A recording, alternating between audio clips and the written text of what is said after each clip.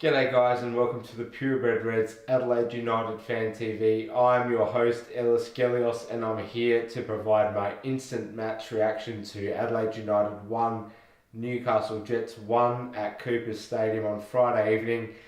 Now, Craig Goodwin scored an equaliser for us, a really good header after a fantastic ball in. For Newcastle Jets, Ronald Vargas scoring a tap-in after a bit of a defensive lapse on the left side for Adelaide, allowed Hoffman from the Jets to ghost through and slide in a pretty decent ball for Vargas to just get on the end of. Scored and put Newcastle in front early in the second half. 1-1, I'm pretty disappointed by it, to be honest. I thought it was sluggish the whole way through. You can argue that we showed a bit of fight and a bit of heart towards the end of the game, but we expect a lot more than that. The quality of football on the park tonight just wasn't good enough at all. A lot of poor individual displays. Weren't helped by the fact that we were missing Mirko Boland in midfield, but that's no real excuse. I thought that just over the 90 minutes, we were second best a lot of the time. I thought Newcastle's pressing to begin with really had us out of sorts completely.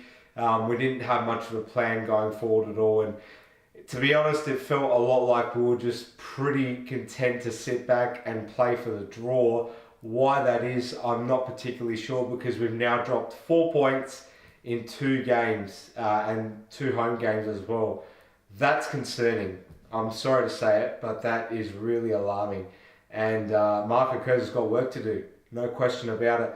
It's not the start that we imagined we'd be having, and it's not going to take long for other teams to really gather momentum and really start collecting points while we're sort of battling away to pick up the pieces and take 1 point out of a game. And it's not going to get easier because we've just had 2 home games. Can't really ask for much more to build a really solid foundation to start the season. 2 games at home, and we've bottled both of them, I'm afraid, and it's really disappointing. The Sydney FC game, look, we were quite good. We controlled the game and Sydney were lucky to draw. Tonight, we were really poor. I'm sorry to say it, but I thought it was poor. I was really, quite dissatisfied with the quality tonight. The end product was bad. We just didn't seem to look like the kind of team that has been training together for a long period in pre-season. It felt like players were just thrown together tonight, and I'll get to that in a minute, who I thought was particularly poor tonight. But just rattling off a few stats, we actually surprisingly had more possession than they did, 53 to 46%, 12 intercepts each, and we had 6 corners to their 4. Now, in terms of players who let us down tonight, I thought Ken Ilso was embarrassingly bad. I really did. I had question marks as to how good he was actually going to be coming from the Malaysian Super League. Not really at the forefront of being one of the better competitions in Asia, and he's not on the younger side either. So immediately I questioned whether Ken Ilso was a really adequate signing as a number 10, role that we were lacking last season from anyone. Didn't have an out-and-out creative midfielder in the squad last season. Brought in Ken Ilso, didn't do a lot against Sydney, came on late in the game, granted, but tonight he started and he was poor. He received the ball and just looked jaded, couldn't beat anyone, lost the ball a lot, really ineffective going forward. What's he adding to the squad right now? I'm not particularly sure. Might be a great guy, might be doing himself favours in the media, coming out with all these Aussie slang and pronunciations. Doesn't really cut it when you're not playing well in the park, and tonight he was bad. Scott Galloway, unfortunately, love the guy. Obviously scored that great goal to put us ahead against Sydney last week in round 1. bit out of sorts tonight. He was out of position a lot of the time, losing the ball a lot, just overcooking his passes, not his best day at the office at all. However, you got to say, even our best players that you expect a sort of 7 or 8 out of 10 from every week tonight were probably not at their best at all. Even Isaias was coughing up possession here and there throughout the game, and that's certainly not something that he ever does. So that goes to show that not everyone was at their best tonight at all. On the other side of the coin, Jordan Elsey was great for me. He won every single one of his aerial battles, cut out a lot of sort of penetrative passes, made a lot of crucial interceptions, didn't put a foot wrong tonight at all, and his distribution was pretty good, and he was always playing positively. So Jordan Elsey for me, our man of the match, I think without question.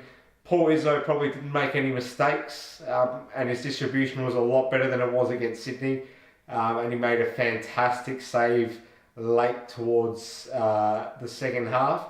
But for me, Elsey takes our man of the match with ease. Unfortunately for the Reds, Blackwood reportedly coming out with a broken shoulder. Yeah, that's hard to take that, given that we're going to struggle to score goals, as we all know, and we've lost Blackwood early, it seems, for what you would assume is going to be a lengthy period of time. Feel for the guy. He's done everything that's been asked of him, and he actually looked pretty menacing when he came on tonight for Adelaide. So that's a pretty hard one to swallow, losing George Blackwood, which we assume, of course, we will be doing if it's a broken shoulder. Now, there was that incident towards the end. Glenn Moss came out for Newcastle to collect the ball, didn't actually get a touch on the ball at all. Took out Blackwood, and the VAR was not called upon, which surprised me a lot. A lot of conjecture on the pitch. United players appeared to be very, very upset with the decision. Of course, the foul was called against Blackwood, which makes no sense at all, because what was he meant to do other than stand his ground? But there you go. No VAR was called upon. Now, I'm just going to finish by saying, was the approach right by Marco Kurz? A little bit negative for me. For instance, George Blackwood sitting in our half towards the end of the game, 10 minutes to go. We're trying to find some form of inspiration going forward, and Baba Diawara is sitting in his own half. Bizarre for me. It's a home game. We tried to sort of get on the front foot, and yet the tactics, I think, overall, we sat back, we allowed them to control the game, particularly in the first half. They had a lot more possession than we did, and I just didn't really know what the tactics were. Ben Halloran, again, starting as a number 9, sort of played a little bit more as a wider outlet. I don't really know what we're trying to do. It's a home game, and I'm disappointed. I thought we were really sluggish, and I hope we can bounce back in time for Tuesday night's FA Cup final against Sydney FC. I hope you've enjoyed the fan cams. Thanks so much for watching. I've been your host, Ellis Gelios, and we certainly hope for a better display against Sydney in the FA Cup final on Tuesday night. Thanks, guys. I'll see you soon. Cheers.